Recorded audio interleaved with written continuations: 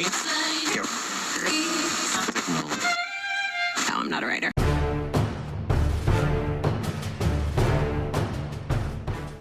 Buongiorno Italia.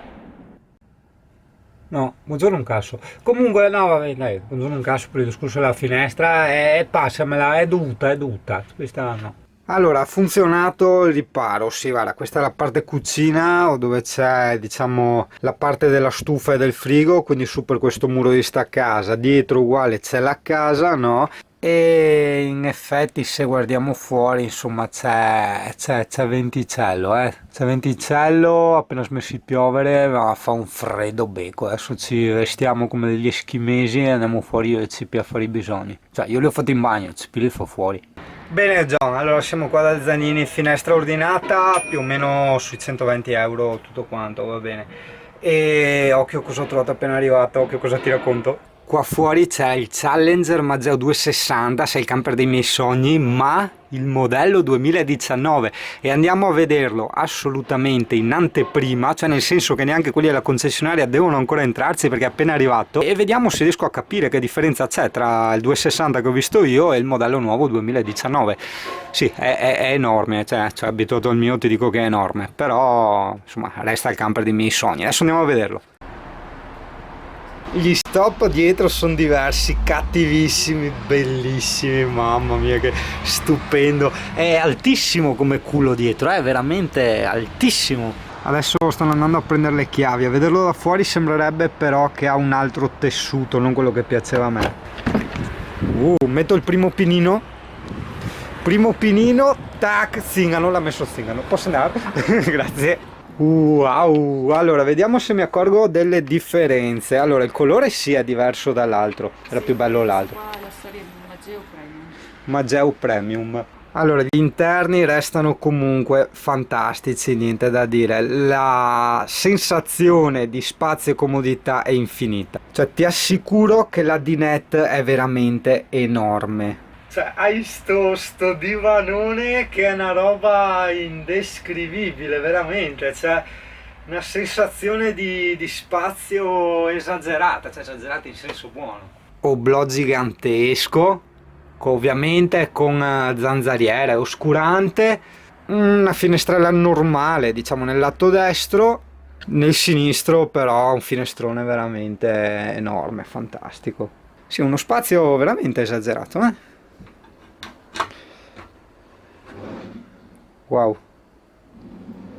cassetti bellissimi, il suo bel piano diciamo non è completamente piatto perché questa parte è rialzata, però ragazzo veramente devo dire che sì, le doppie mensole negli interni, no, la porta che separa il bagno è uguale all'altro, non riesco a capire le differenze, no, perché lo so a memoria io sto camper, no? Guarda, wow, è enorme il congelatore, cioè è due spanne, no vabbè due spanne no, una spanna e mezzo di altezza, fantastico, stiamo parlando solo del congelatore. Per quanto riguarda il frigo, wow, è veramente uno spettacolo, un sogno sta roba. E qua sotto? Un altro, i comandi, qua i comandi del gas, però giustamente puoi metterci anche altri oggetti, altre cose qua sotto. Il bagnetto bellissimo, nota negativa di questo camper è il lavandino, è estremamente scomodo perché qui vai a battere con la testa e è piccolissimo, è tipo il mio, cioè per capirci, però ragazzo stupendo. La sua solita doccia è enorme, potevo fare un video un po' fatto meglio.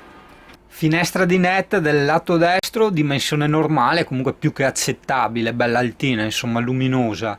Finestra al lato sinistro, qui si esagera, veramente un bel finestrone molto molto grande, molto molto bello, veramente.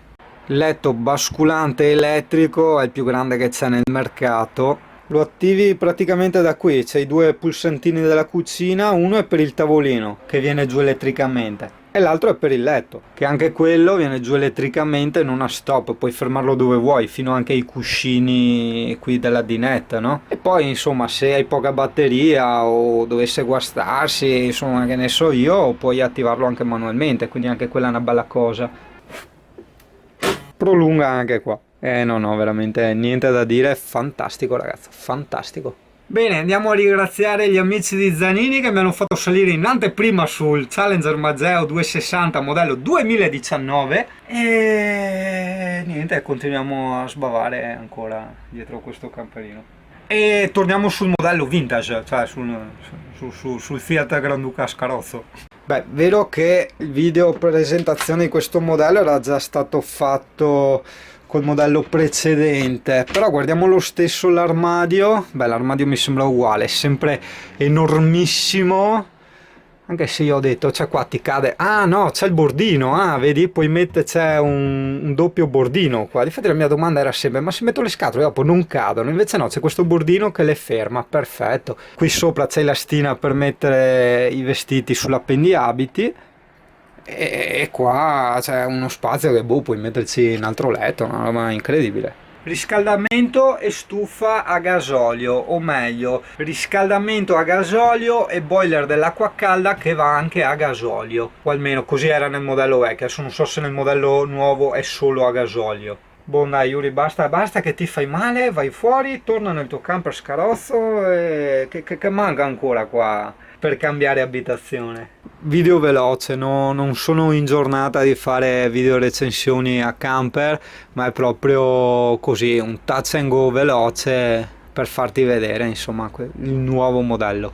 Adesso fanno i pannellini tutti digitali così, guarda che figata. È spazio sfruttato molto bene. Qua c'è il braccio per tirar fuori la televisione che dopo cioè il giorno in cui eventualmente, probabilmente, potenzialmente, sperevolmente avrò questo camper, toglierò per metterci qualcos'altro, insomma. Che poi vedi, sono anche i dettagli che ti fanno innamorare, no? Cioè che vedi, qua dentro, anche qua è tutto tipo un porta oggetti, no? Cioè puoi metterci dei libri, anche lì, non è poco, cioè non sono cose da poco. È uguale anche là sopra, insomma. Andiamo a vedere. Permesso. Sì, vedi anche nella parte davanti ci puoi mettere un bel po' di roba. Puoi farti la libreria, guarda che figata di libreria che ti viene, tutta ad arco. E qua c'hai, mamma mia, sto mega block che è gigantesco, che poi si apre per così. Quindi ti evita di dover fare giri tipo quello che sto facendo io, a ordinarti le finestre e a cambiarle perché te le perdi per strada. Già di serie vedi ha la retrocamera già predisposta anche sullo specchietto, è fantastica, eh? Motorizzazione dovrebbe essere come il vecchio a 150 cavalli, cambio 6 marce, classico Ducato 2003, sedili girevoli, beh giustamente è così. Oblai! Sedili guida di una comodità assurda proprio, veramente, accidenti.